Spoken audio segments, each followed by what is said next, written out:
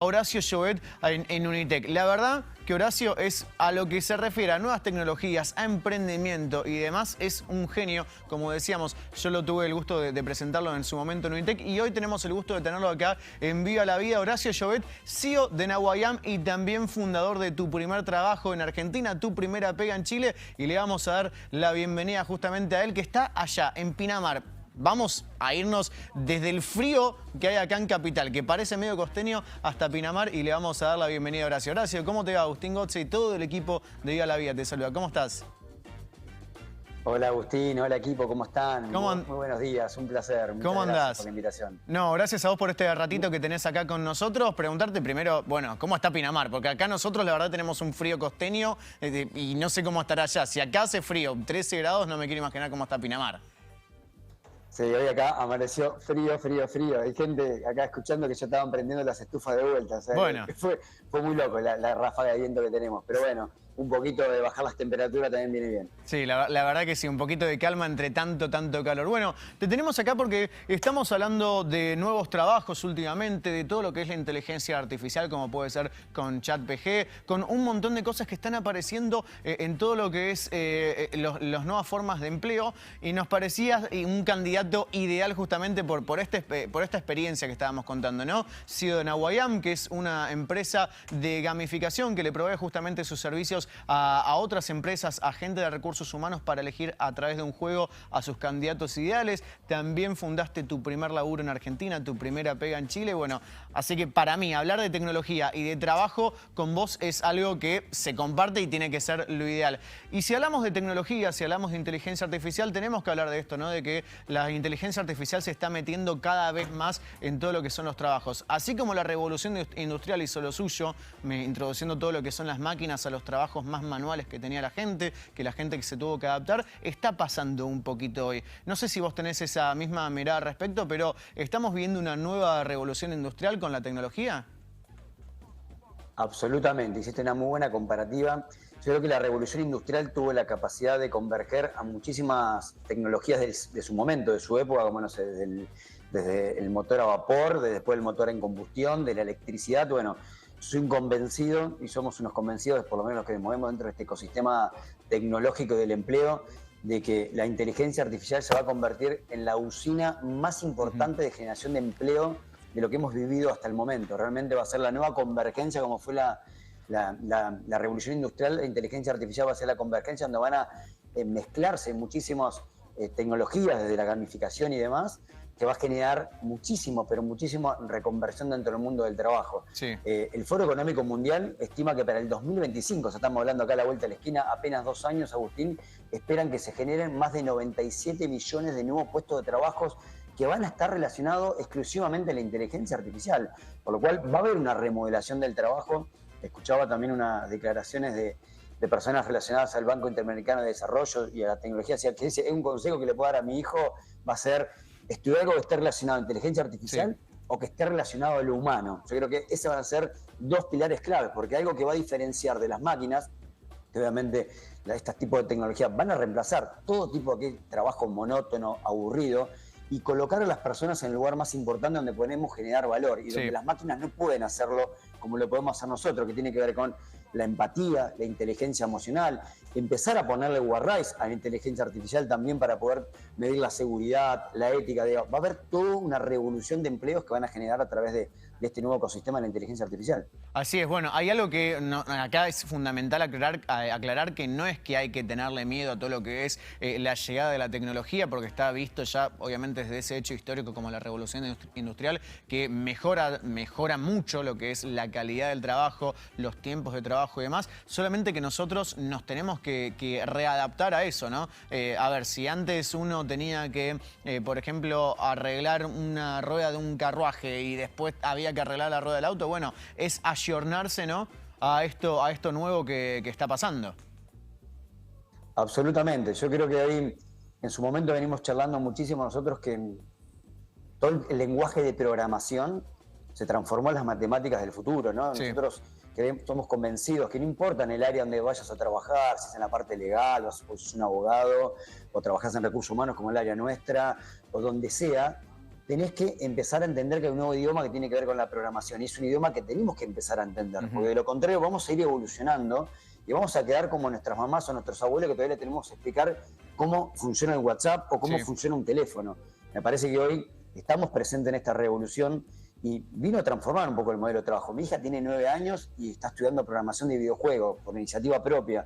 Y no me importa si el día de mañana va a estar haciendo esto o no, pero ya por lo menos está entendiendo el mundo de la programación, que es hacia donde se va a movilizar todo.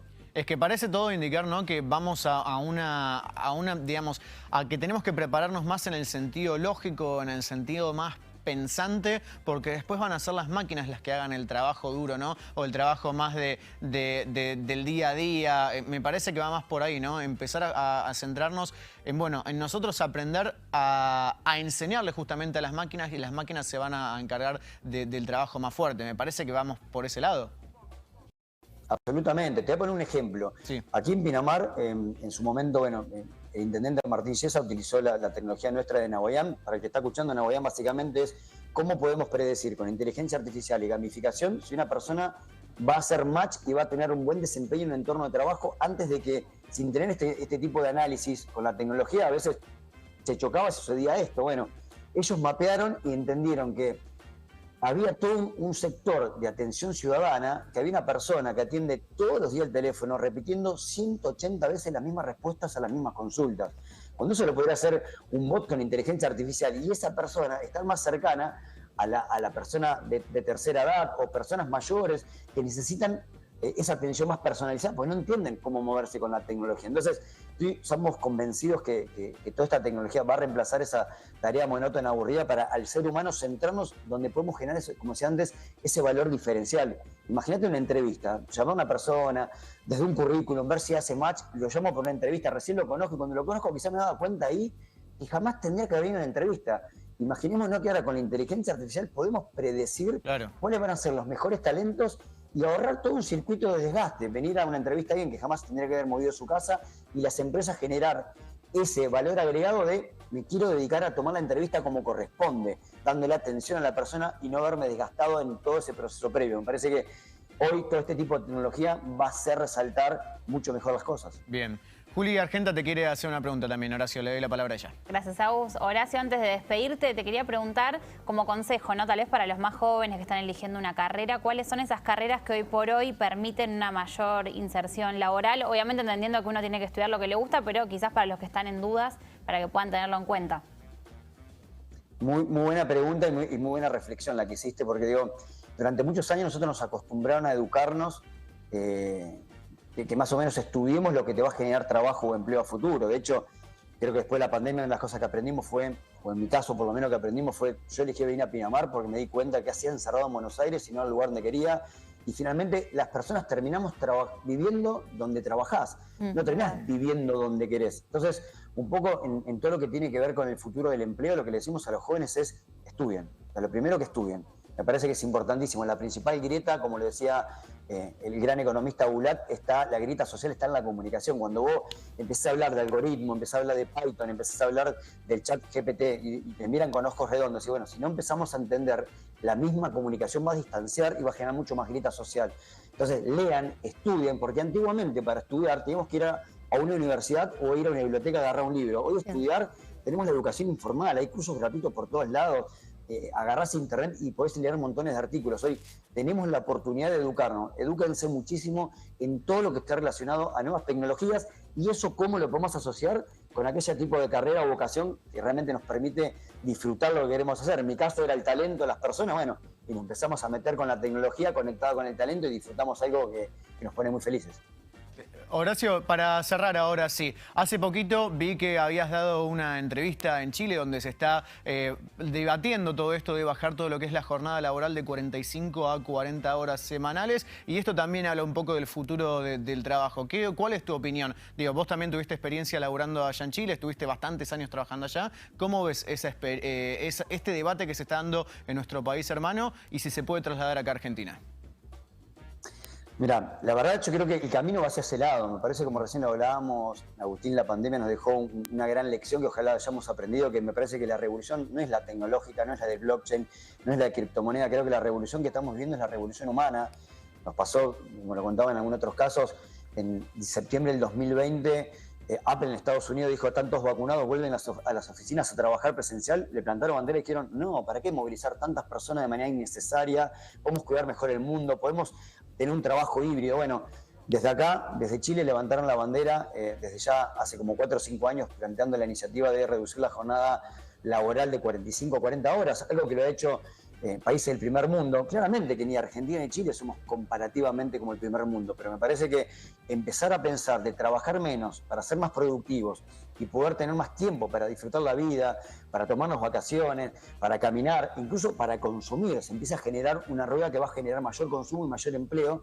Me parece que tenemos que ir hacia el lado. Veníamos muy acostumbrados en las épocas anteriores de vivir para trabajar. Hoy creo que las generaciones nuevas trabajan para vivir, para disfrutar la vida, para viajar, para conocer y abrir la mente. Y me parece que la revolución cada vez más fuerte va hacia ese lado. Excelente. Bueno, Horacio, te quiero agradecer desde acá por este ratito que estuviste en Viva la Vida. Te mandamos un fuerte abrazo. Fuiste muy claro con todos los conceptos. Muchas gracias. Muchas gracias, Agustín. Muchas gracias a todo el equipo.